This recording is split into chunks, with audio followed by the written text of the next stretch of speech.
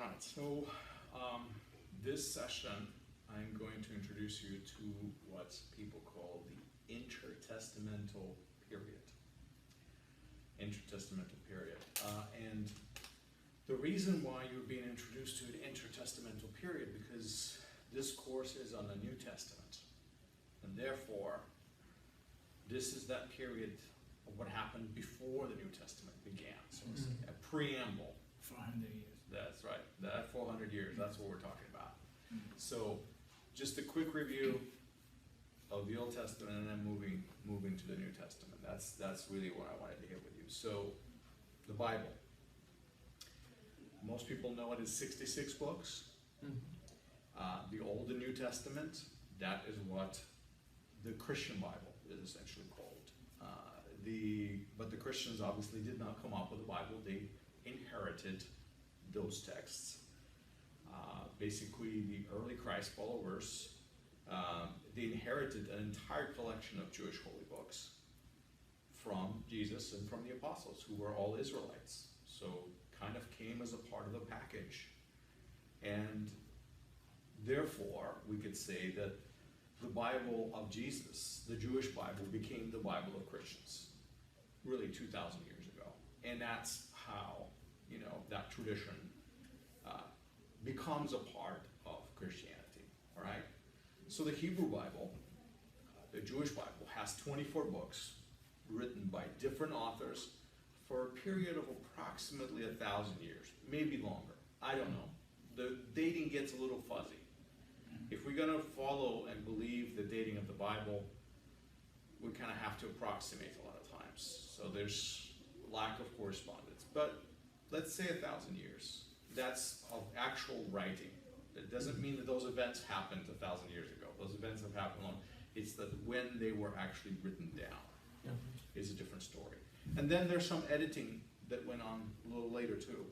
Because remember, those texts become copied and occasionally gets edited a little bit, so things change. But basically, if you were to read the Hebrew Bible, it's full of all sorts of content. You have the historical narratives, you have the short stories, you have moral tales of all sorts, you have laws, you have commandments, you have prophecies, you have these exhortations, these sermons, poetry, songs, and all sorts of admonitions and wisdom. I mean, it's very diverse. The Bible is full of all sorts of information. Sometimes quite scandalous, actually, but it's real life. That's what it's like. Now, the Bible was written and presented by ancient Israelites who spoke Hebrew language, and therefore we call it the Hebrew Bible for a reason. Hebrew language is a Middle Eastern language, Semitic language. It's written from right to left. It's a little bit different from Western languages. And so the Hebrew Bible is these 24 books written in Hebrew. The breakup is the Torah, the 5 books of Moses, Genesis, Exodus, Leviticus, Numbers, and Deuteronomy. Then you have the Nevi'im, the prophets, okay, which are divided into former prophets, letter prophets. Joshua, Judges, Samuel, and Kings are considered the former prophets. I know that Christians don't think of them as prophets. I mean, I have never heard of Christians talk about Joshua being a prophet. But in Jewish tradition, he's considered a prophet. Why former? Because this is the early history, okay? And then latter prophets, Isaiah, Jeremiah, Ezekiel. Now those, all Christians believe to be prophets. But these are people who came later in history. As far as we're going to compare Samuel and Joshua, for example, in Judges. Book of Judges talks about the very early period of Israel's history, where Ezekiel and Isaiah and Jeremiah talk about much later periods of history. So we call them latter because they're later in history, essentially. And then you have the 12 prophets together. That collection is called the Trei Asar, and that's all what Christians call minor prophets. The reason why they're called minor prophets, not because their message is not important, it's because they're short. So that's it. Compared to the other prophets, they just didn't say that much. Okay, so, and in the Jewish tradition, they were all in one scroll, which is called the 12 altogether as a collection. And that's prophets. Now, the next section, the third section is writings, Ketuvim, and you have Psalms, Proverbs, Job, Song of Songs, Ruth, Lamentations, Ecclesiastes, Esther, Daniel, Ezra and Nehemiah, and the Book of Chronicles. That's the Jewish order. That's the Hebrew Bible order. You know, the Christian order is a little bit different. We actually have the Old Testament does not end with Chronicles. If you were to flip to the end of the Old Testament, it's going to end with the Book of Malachi, which would be the minor prophet. But that is not how the order of the Hebrew Bible goes. So in Jewish tradition, it's a different order. It ends with the Book of Chronicles, in a sense. You know, it begins with history and then it ends with history. Kind of a recap. A little bit different. So you have the law, the prophets, and the writings, the three sections of the Hebrew Bible, and this is how it works out. So you might have heard this name before. You take the first letters of these titles, Torah, Nevi'im, Ketuvim, T, N, K, these T and K, and together they form this abbreviation, Tanakh. Tanakh just means the Jewish Bible or the Hebrew Bible.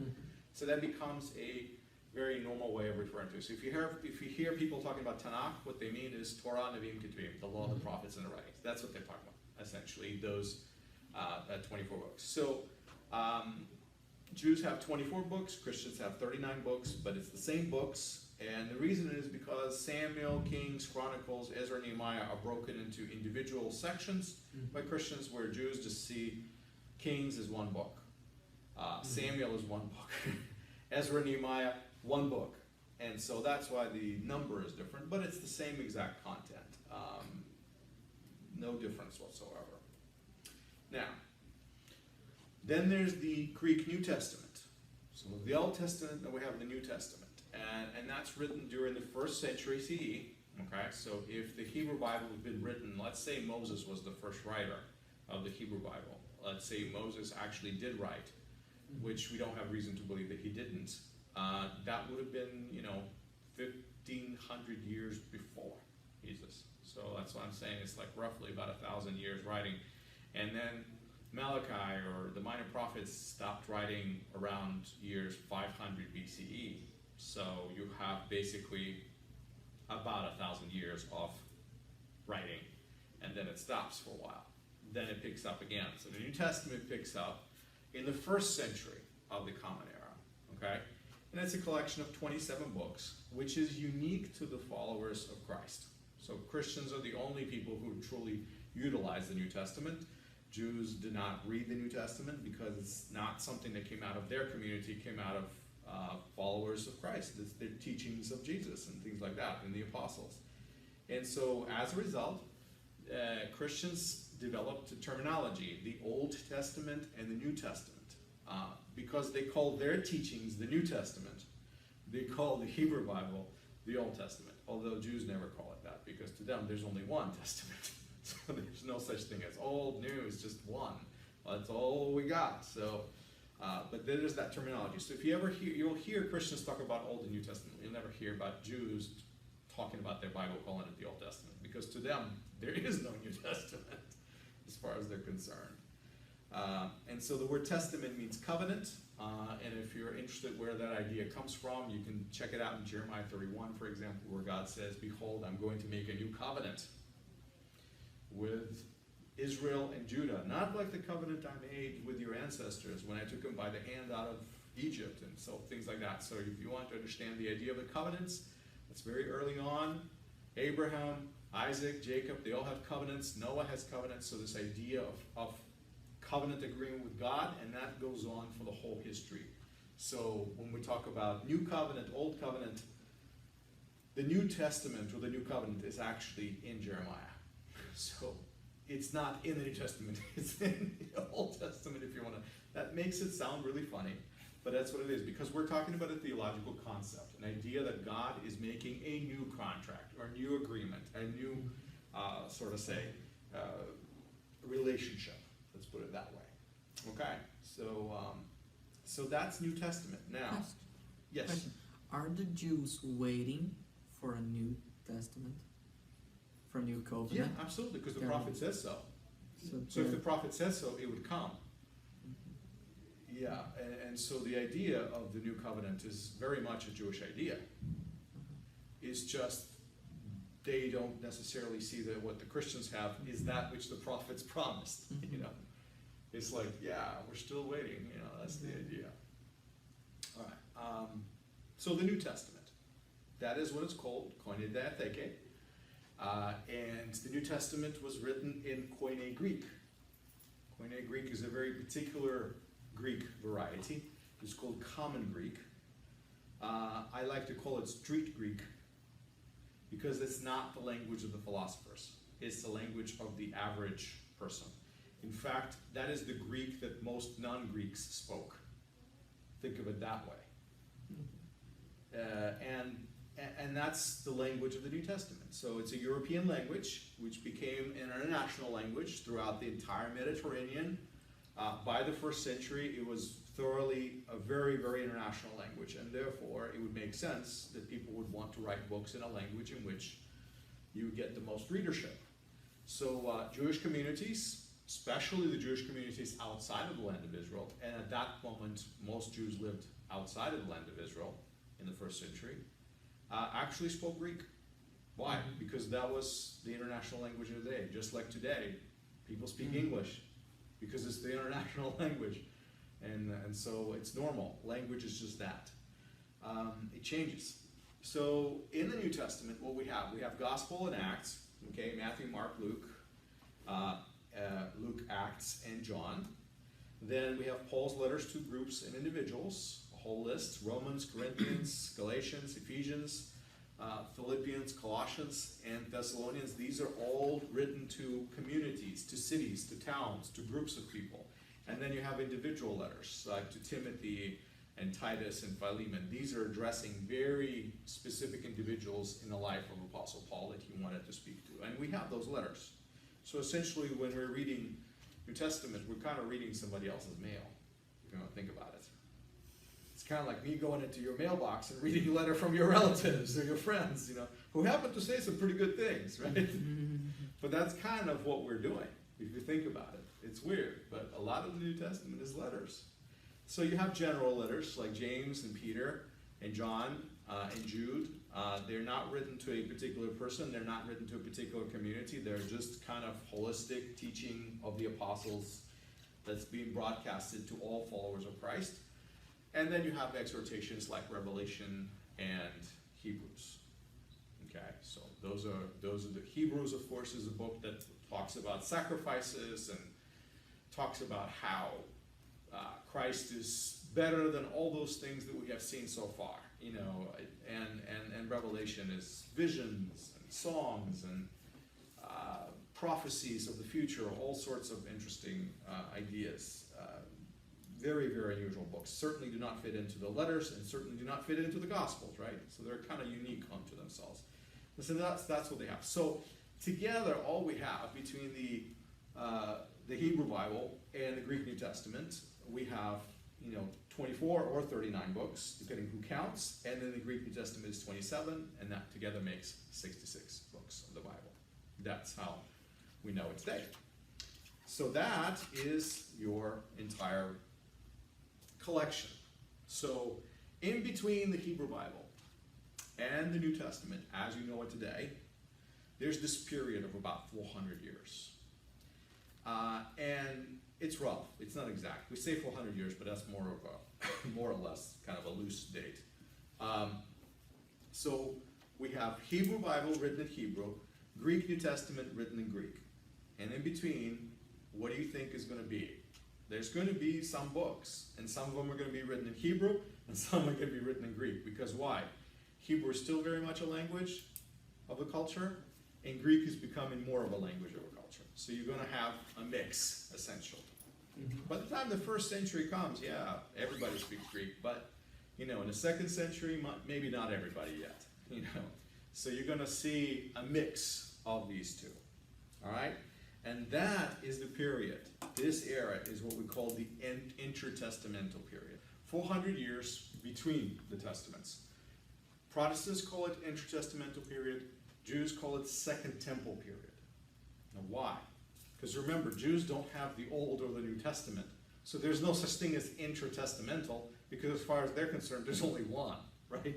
So they can't call it intertestamental. It makes no sense. So call it Second Temple period. Why? Because the Second Temple, this is the era when the Second Temple was standing. Now when I say Second Temple, there's the First Temple that Solomon builds, right? Then is being destroyed by the Babylonians. Then after Babylonians are gone, under Persians, the temple is being rebuilt. And that is what we call the Zerubbabel temple, is what we call the Second Temple. And then Herod, later on, improves it and makes it even better. And this is the temple that Jesus knows. This is the temple that the apostles know. And essentially, we call it the Second Temple period because it is destroyed in the year 70 by the Romans.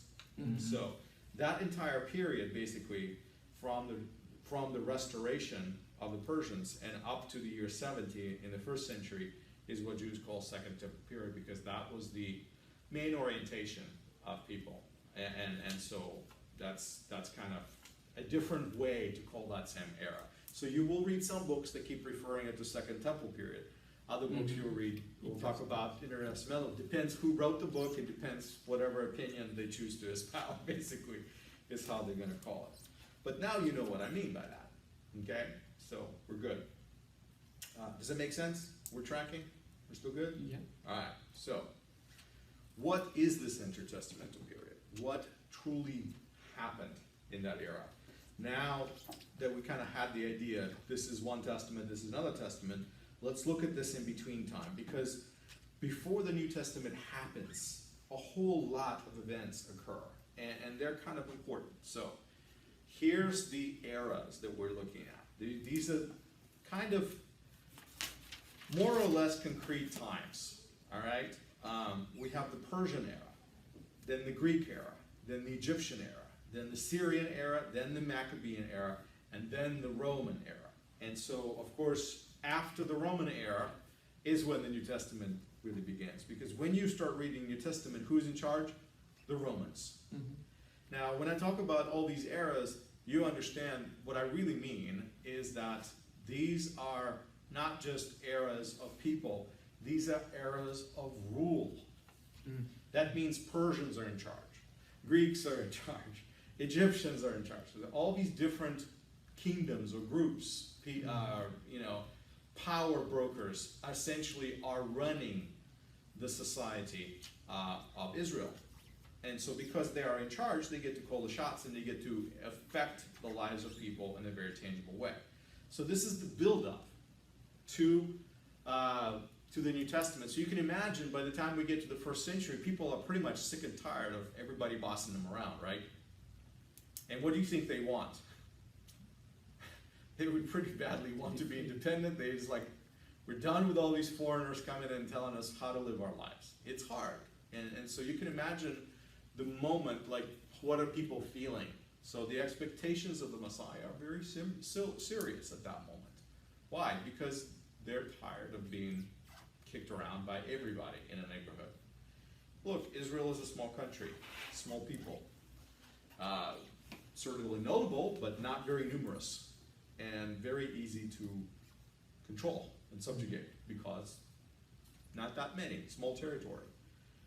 So let's begin. So the Persian era. So here's an example for you. This is straight from the second book of Chronicles, chapter 36.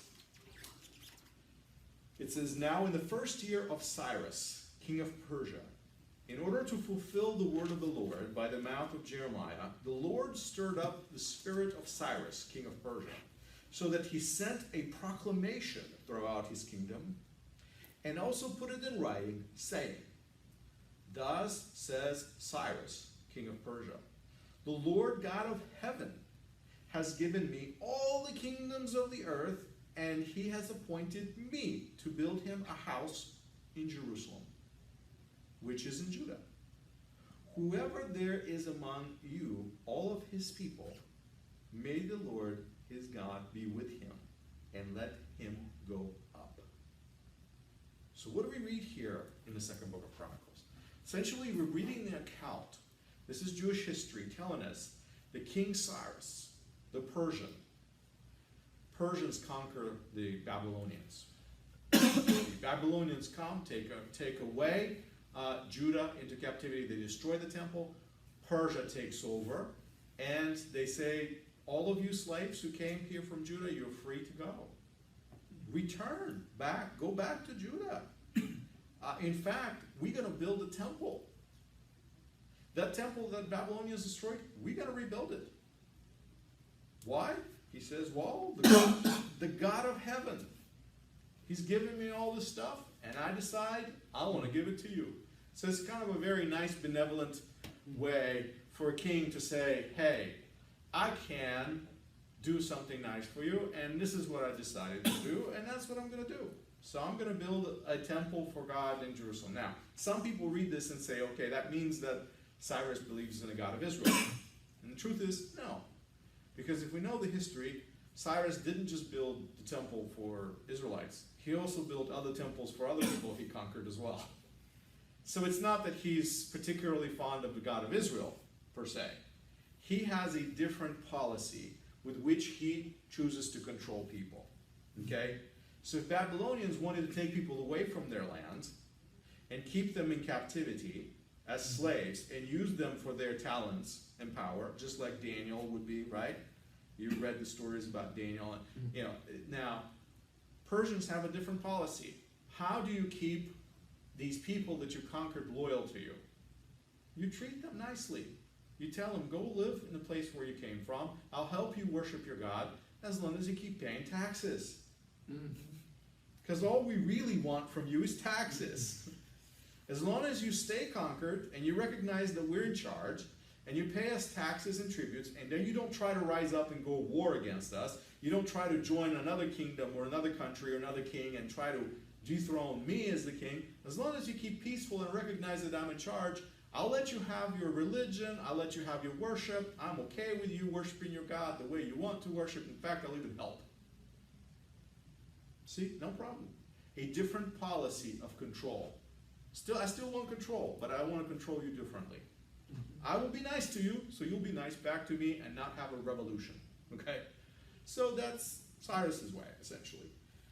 And so don't think that, you know, Cyrus the Persian all of a sudden becomes the worshiper of the God of Israel. That's not exactly what these texts say. But he's still a pretty, you know, pretty useful figure in this case. He's doing the will of God, let's put it that way, whether he recognizes it or not. He's restoring Israel. So here's another text. This is another text from a Persian era. This is Ezra chapter 1, verses 1 through 4. Thus says Cyrus, the king of Persia, the Lord God of heaven, has given me all the kingdoms of the earth, and he has appointed me to build him a house in Jerusalem, which is in Judah. Sounds familiar? This is a different book. This is the book of Ezra. Sounds very familiar, right? Whoever there is among you of all his people, may his God be with him. Let him go up to Jerusalem, which is in Judah, and rebuild the house of the Lord, the God of Israel. He's the God who is in Jerusalem. Every survivor, at whatever place he may live, let the man for that place support him with silver and gold, with goods and cattle, together with the freewill offering for the house of God, which is in Jerusalem. Now, the point of this text is very similar. Cyrus is telling him, you can go back, you can rebuild the temple, but in this case, it focuses a little bit more on the temple rebuilding. You know, we're serious about this, and so I'm going to help, but you guys need to also have a collection and support this, and not only go to Jerusalem, but also kick in some money to have this project restored. And of course, Cyrus is going to get the credit for it. You get the idea. So very, very, an interesting text. You know, it just tells us the same story from a slightly different vector. So that's from the book of Ezra. So you get the idea that in Persian time, Cyrus restores Jerusalem, restores the temple in Jerusalem, and he continues to reign through his proxies. His government extends into Judah now, all right? And that's the Persian era. So the next era that comes is the Greek era. So from 397, 336 is Persian. Then in 336 to 323, roughly, we have the Greek era. Now what happens then? Well, we have Alexander the Great, who defeats the Persians. He defeats the Persian king Darius III in 3 battles, and he gives him the controls of the land of the Persian Empire, and he conquers Persia, Babylon, Palestine, which is which is a Roman word for Israel, Syria, Egypt, as far as Western India. So Alexander the Great conquers a lot more than anybody else has. And so he only reigned over Greece for about 13 years. He died at a very young age. His influence lived long, long after him. So Alexander conquered a lot, but he's actually accomplished a lot more than just the conquering. His main contribution is something a little bit different.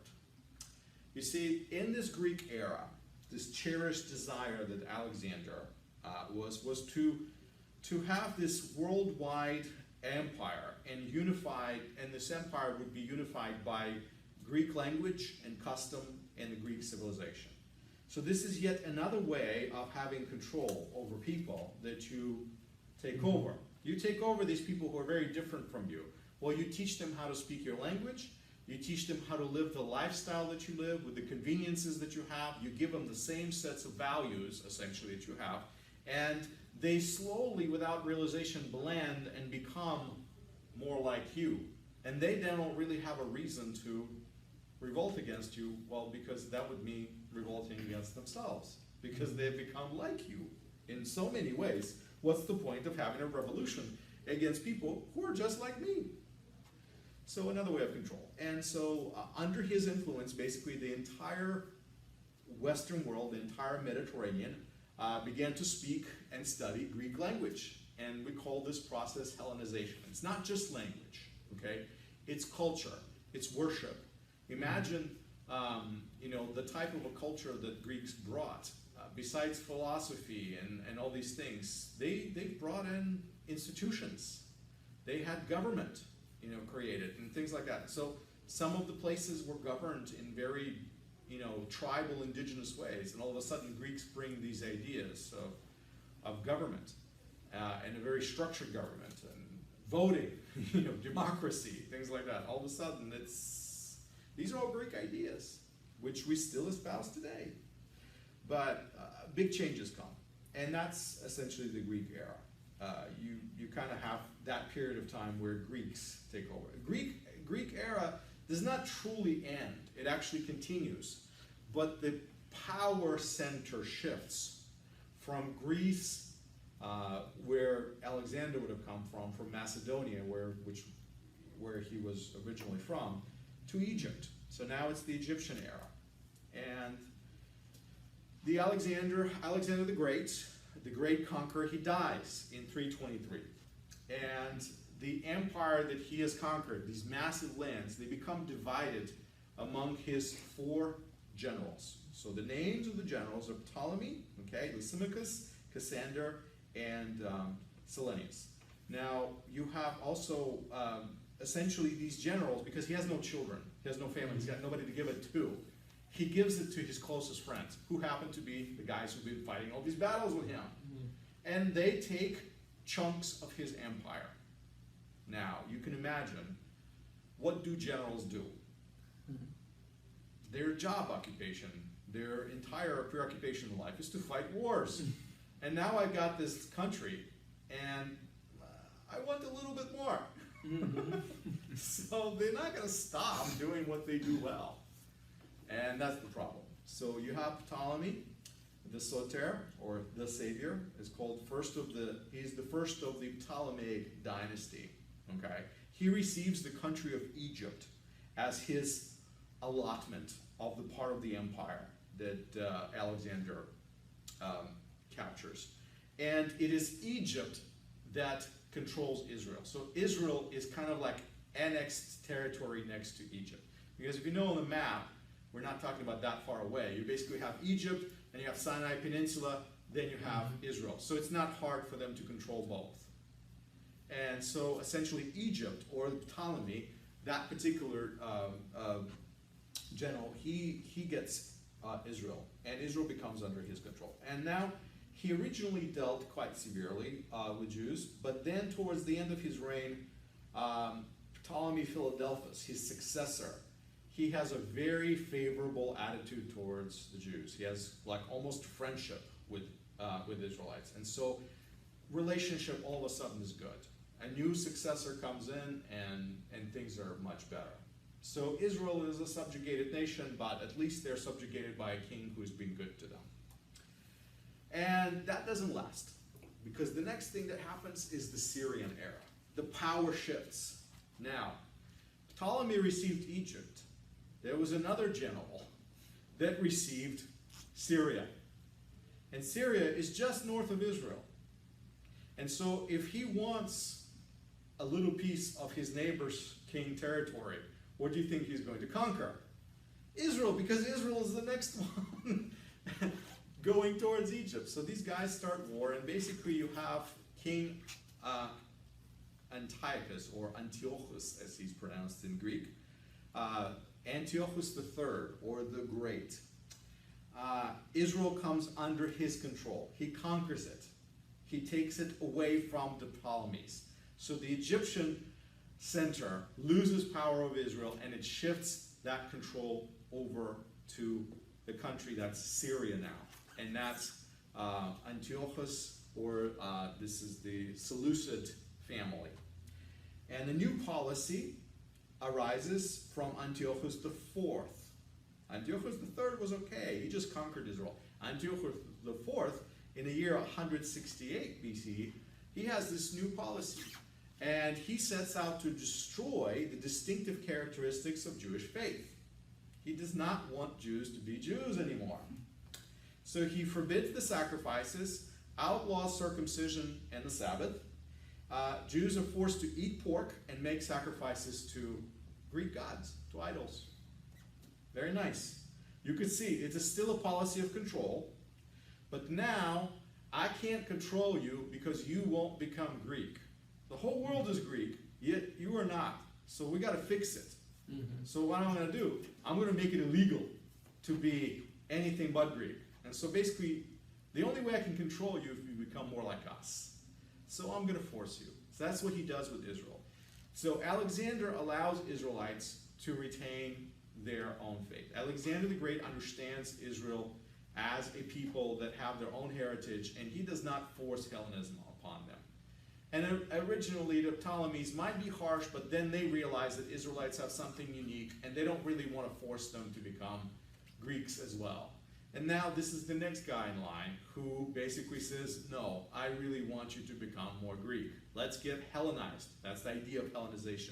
Now, all of these people are already become Greeks, like Syrians. Syrians is a Middle Eastern culture, right? But they already speak Greek. They don't speak Persian anymore. They've forgotten that language. That language is gone. Greek is in. So why can't we make Jews do the same? That's the idea. And the idea is, again, control. So Jews are used to eat pork, sacrifice to idols, and things like that. And so he decorates the Jerusalem temple by building the altar and offering a sacrifice to Zeus. That's what Antiochus IV does. A really terrible thing. I mean, if you can imagine it from a Jewish perspective, it's like that's the worst thing ever you can possibly do. And that creates a problem. So we had the Egyptian era, the Syrian era, so the Syrians control Israel, and that leads us into the next era, which we call the Maccabean era. Maccabees are a family, and by the policies that Antiochus has instituted in Israel, he basically stirred up revolution, stirred up trouble. Mm-hmm. So when a Syrian official tried to enforce the pagan sacrifice in one particular village in Israel, a village called Modin, just bits away between Jerusalem and Tel Aviv, basically an elderly priest named Mattathias saw that, and he couldn't take it. He revolted. He says, no way, we're not going to sacrifice to pagan gods here. So he kills the Syrian official, he flees to the mountains with his family. Because if you're going to kill one of the envoys of the king, you know you're in trouble now, because they're coming for you. So he runs to the mountains, and they hide out. And they basically fight a guerrilla war. That's what they do, a revolution. And so thousands of other Jews follow him, and they all live out there in the wild in the mountains, and they hide out, and they carry out these military raids and operations upon the Syrian troops. Essentially, what happens, Mattathias dies, but his sons carry on the revolt. And by the year 165, they succeed to retake Jerusalem and to cleanse the temple from the idolatry that was brought in there and restore the Jewish worship back. And this event is commemorated today through the festival of dedication, or Hanukkah. So if you're familiar with the Feast of Hanukkah, that's what it's about. It's about Jews taking the temple back from the Syrians who have defiled it and restoring the worship. So if you want to think of Hanukkah as the spiritual 4th of July, kind of like the spiritual Independence Day, it's really what it is. Yeah. You know, it's like that. And so Hanukkah is depicted in the book of John in chapter 10, verse 22, where you actually have Jesus celebrating Hanukkah. It says that he went to the temple and it was a feast of dedication. So that feast of dedication is that feast. It was still celebrated in those days. But of course, this is only 160 years away from the actual event. So the Maccabees, the Hasmonean family, these priests that led the revolution essentially became the new leaders of Israel. And that was a cardinal mistake they made, because priests are not supposed to be kings. The Torah does say that king is king and priest. And you're not supposed to be both, because that's too much power. Too much power. There's idea of separation of power. Because a priest is in charge of the entire faith, all of the religious things, that happen in Israel. And the king is in charge of all of the political arena. And now you combine those two together. Well, that's a lot of power. Now you control everything, essentially, in people's lives. You control the economy, the politics, and their worship. That's too much. So essentially, the Hasmonean family, they set up themselves as kings. They weren't originally kings, but they started acting like kings, and that brought their downfall. They started infighting, and all sorts of terrible things happened. And out of that story, we come to the next era, because the Maccabean era ends as they fight out for their power, and the new era, the Roman era, begins. So the Jewish independence, essentially, these years of independence end in the year 63 BCE. It ends when the Roman general named Pompey conquers Syria, okay, and then he proceeds to move down to Israel. So Pompey basically brings an end to this independence. And this is when we have a person by the name of Antipater, an Idumean convert to Judaism, who is appointed a procurator of Judea by Julius Caesar in the year 47. Now, you probably know Antipater's son. His name is Herod, or as we know him, Herod the Great. So you have to understand that Antipater is a convert to Judaism. He's an Idumean from the area of Jordan. Maccabees conquered that land. They also expanded their kingdom, and one of the people they conquered were Idumeans, and they basically told Idumeans, become Jews or die. They said, oh, well, we'll become Jews, no problem. What does it take? And well, it says, well, you got to get circumcised and keep our laws. And they said, okay, it's okay. So Antipater is one of those Idumeans who essentially becomes an Israelite, accepts the faith and tradition of Jewish people, and he is part of the ruling class together with those priests, Maccabean priests, and then he's just in the right place at the right time when the Romans come.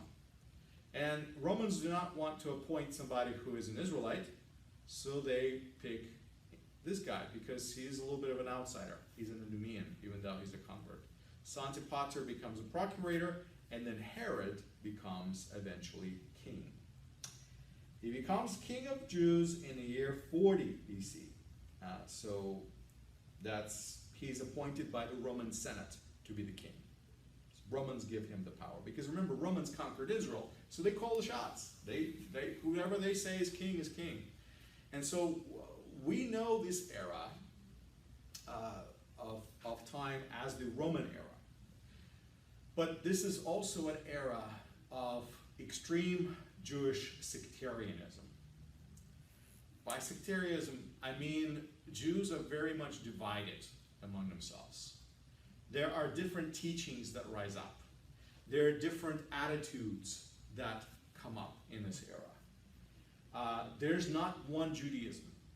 It has never been, but at this point, it's even more fractured.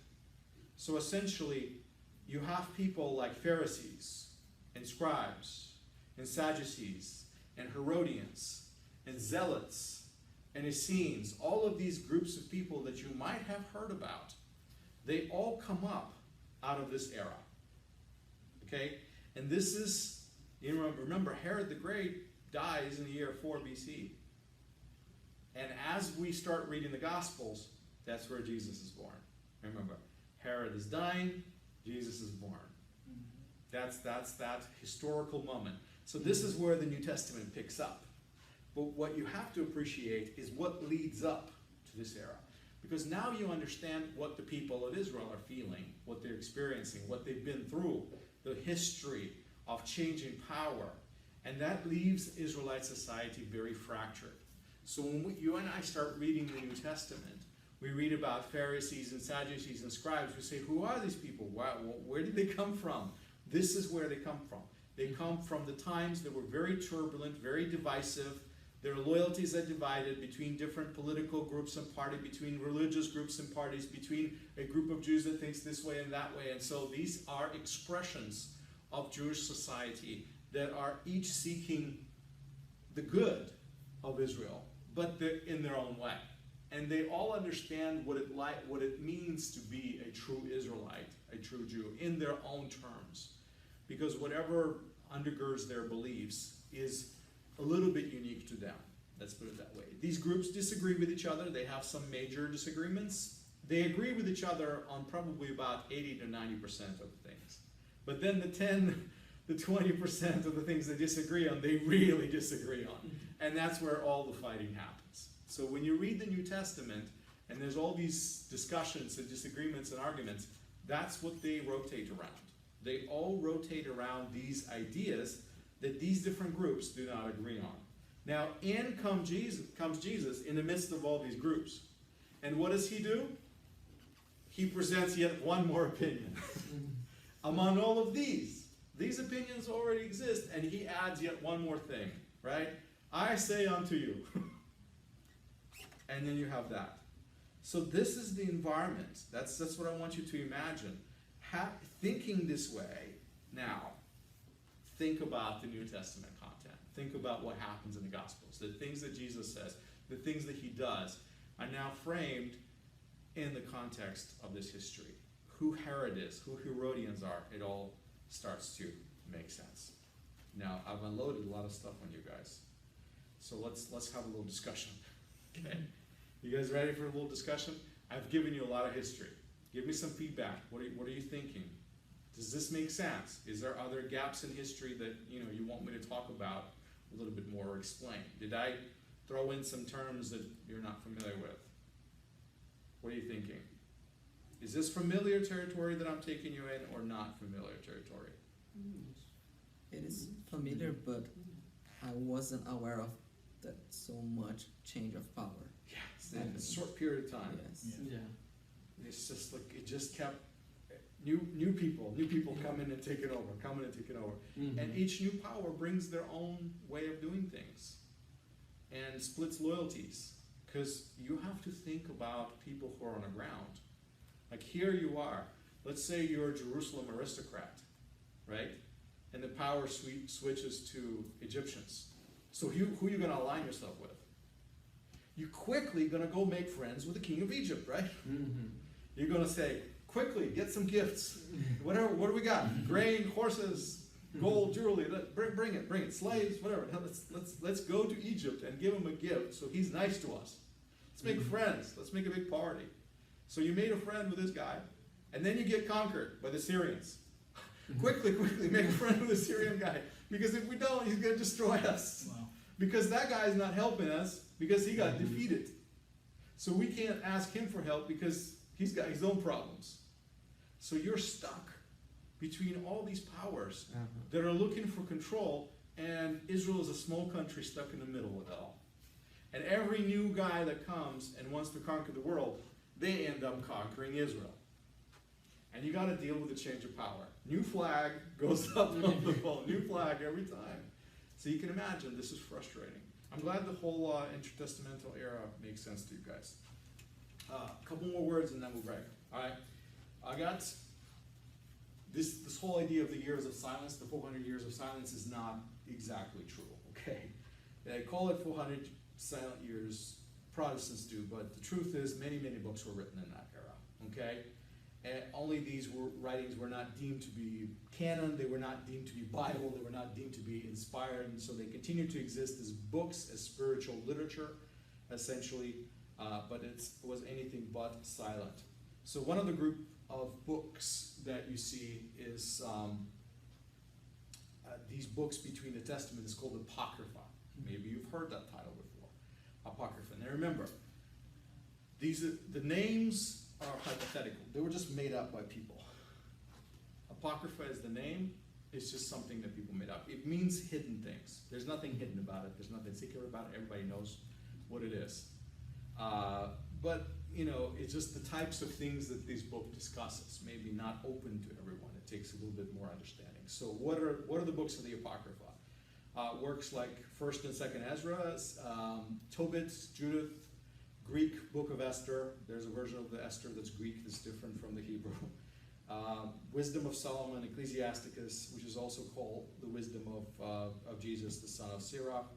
Baruch, Letter of Jeremiah, additions to Daniel, Prayer of Manasseh, 1st and 2nd Maccabees. See, these are the historical books that talk about the Hanukkah events and all that stuff. Again, these are all the books that were written in that era. Well, there's more, but these are some of the main ones that we call Apocrypha. And they were included in some collections of the Bible. Like, for example, all of these books exist in Greek. Okay, and when the Greek translation of the Hebrew Bible was put together, they lumped these books with the biblical books into one collection. And then when Jerome translated the Bible into Latin, he added those books to the Bible because he says, well, they're in a Greek Bible, so maybe it should be in our Bible too. So he added them at the end, kind of like additional books. By the way, let's read these too, kind of thing. And that caused a little bit of a controversy. So basically in the 16th century, Catholics decided to add those books into the canon. They officially proclaimed these books to be good and canonical and all of that. So they're called deuterocanonical books sometimes, but basically they were added. So Catholic Bibles will have these books. Protestants didn't. Luther looked at those books and he said, yeah, they're good, but not good enough. And he says, not going to include them. Plus, Luther wanted to be not like Catholics, so that would make sense. He needed to do something different, right? So he did. So that's Apocrypha. Then we have the other group of books called pseudepigrapha. This is a group of books from about 200 BCE to about 100 CE, and it is a collection of all sorts of history and psalms and wisdom literature. Even some Christian editions can be lumped into this pseudepigrapha. Pseudepigrapha means false writings, meaning these books are being given titles and names of famous people who didn't write them. The names of apostles will be placed upon them, or some famous biblical person, which we know for a fact that they didn't have anything with writing of these books. So in a sense, I write a book, I want to make it popular, I decide to publish it with the author's name who is famous so that people read my stuff. That's the idea. Or I imagine that that's what this person would have said if they said it. So I kind of write it for them.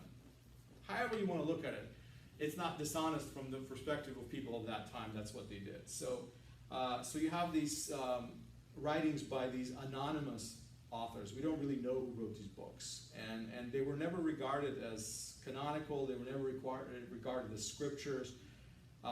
Yet, nevertheless, they're inspirational literature, which many groups read. People read not just the Bible. People read other spiritual books, and these were these other spiritual books which they read and enjoyed and took things from and learned from. And so pseudepigrapha was a part of, sort of say, the library of ancient people. And if we want to understand the context of that era, reading those books helps, because we're entering the world of those people. We're essentially repeating their journey by reading what they read. And it helps us a little bit. So they're helpful. And a lot of people throughout history have recognized that. So that's pseudepigrapha. There you go.